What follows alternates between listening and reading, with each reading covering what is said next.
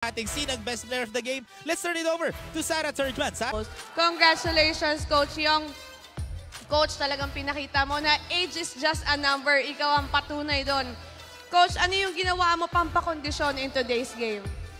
For me, everyday lang, jogging sa morning, shooting drills sa afternoon. At the same time, sumasabay ako sa camp ko sa CYB Warriors. But at the same time, preparation para sa liga na to.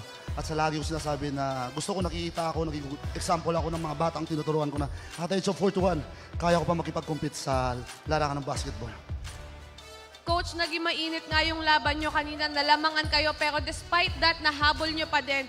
Coach, paano kayo naging kalmado para ma-execute ang laban na to? Sa team namin kasi tulungan lang. At the same time, sunod lang kami sa pattern ng coach namin. Kasi at the end of the day, coach pa rin yung mag-guide sa amin. So, thank you kay Coach Dayaw. At the same time sa coaching staff. Simple. Kay Mayor Cristian Natividad sa Malolos. Thank you sa always support sa team ng Malolos Republica.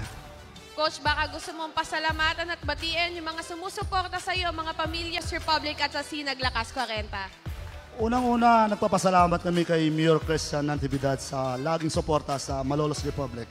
At the same time, sa pamilya ko, sa mga anak ko, kay Trish, kay Nicole, kay Mia, sa dalawa kong anak, naglalaro ngayon ng palarong pambansa Region 4. Continuous lang, the same time sa pamilya ko, sa Iloilo, sa mama ko, sa mga kapatid ko. At sa same time, sa sumusuporta sa Malolos Republic.